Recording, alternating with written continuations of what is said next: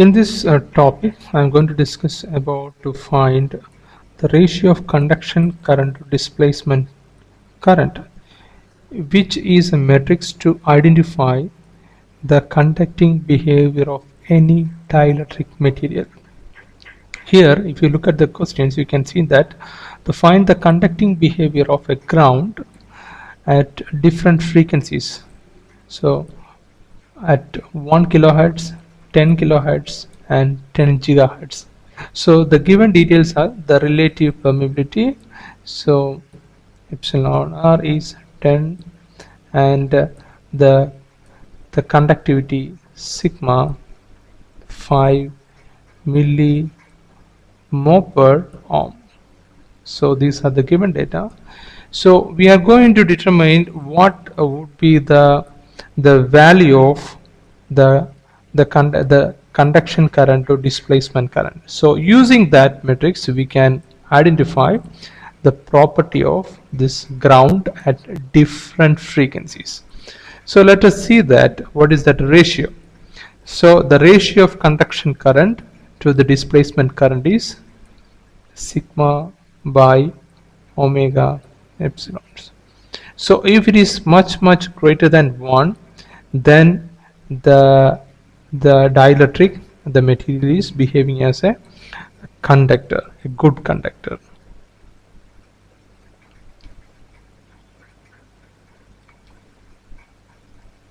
If sigma by omega epsilon is equal to 1, then neither a good conductor nor a insulator, then rather we can term it as a quasi-conductor.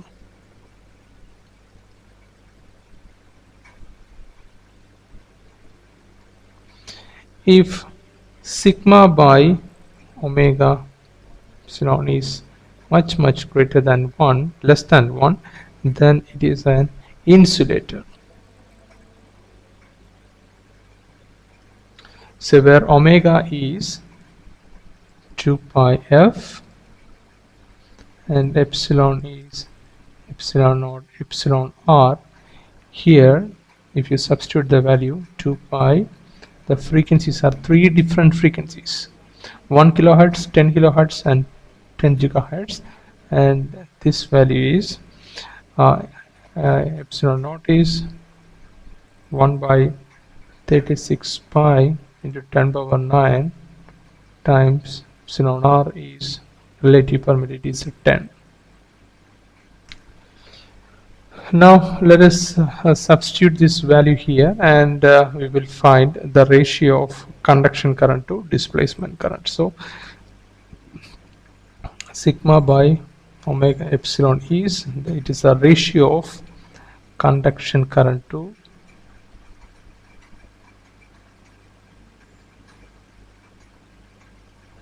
displacement current.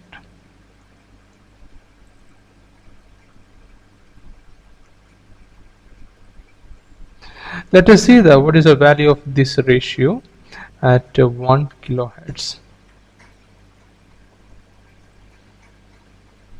So for 1 kilohertz,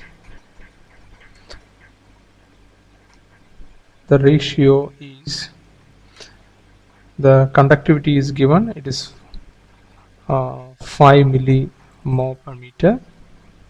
So this is just inverse of resistivity.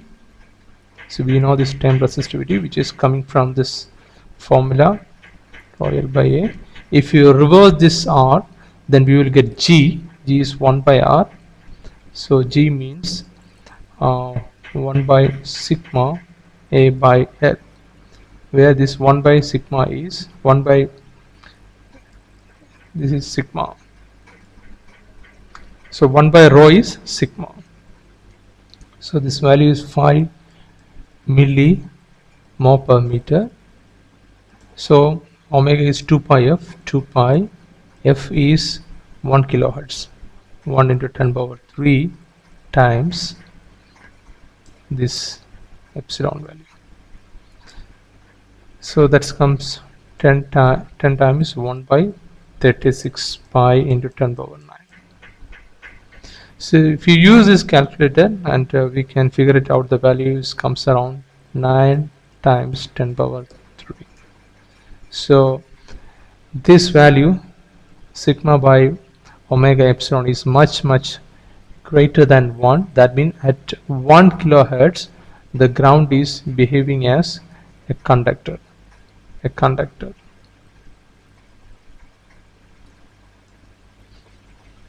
Now let's see that for this frequency 10 kilohertz,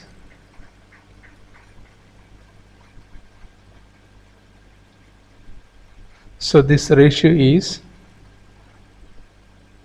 5 times 10 power minus 3. The only change that comes 2 pi f. Here f is 10 kilohertz, that is multiplied with the epsilon. Epsilon is 10 times epsilon is epsilon naught epsilon r. So if you substitute these values, we will get the answer 0.9. That means the sigma by omega epsilon is approximately 1. So neither a good conductor nor an insulator, but it is a quasi conductor.